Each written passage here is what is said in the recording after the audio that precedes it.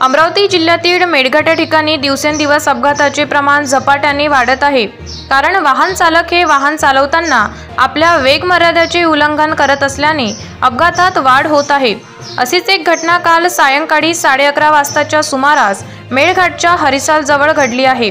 4 चाकी वाहन जवळपास 30 फूट खोल दरीत जाऊन कोसळल्याने यात 4 जण गंभीर जखमी झाले आहेत। या दरम्यान माजी खासदार नवनीत राणा यांचा ताफा त्याच मार्गाने जात असताना त्यांना वाहन नदीत कोसळल्याचे दिसले।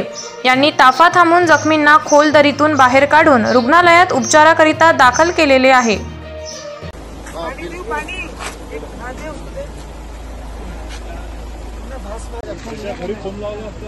नंबर एखादा फोन चालवशील तर नंबर आहे आपल्याकडे इथे गावातले इथं मोबाईल कोणा चालवशील नंबर आहे गावातला आमच्याकडे इथे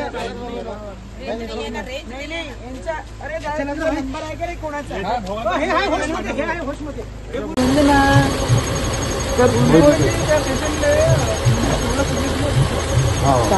पेशंट आहे पुरे सगळे गेलाय कमरामध्ये तो तिथे उचलणारे आहे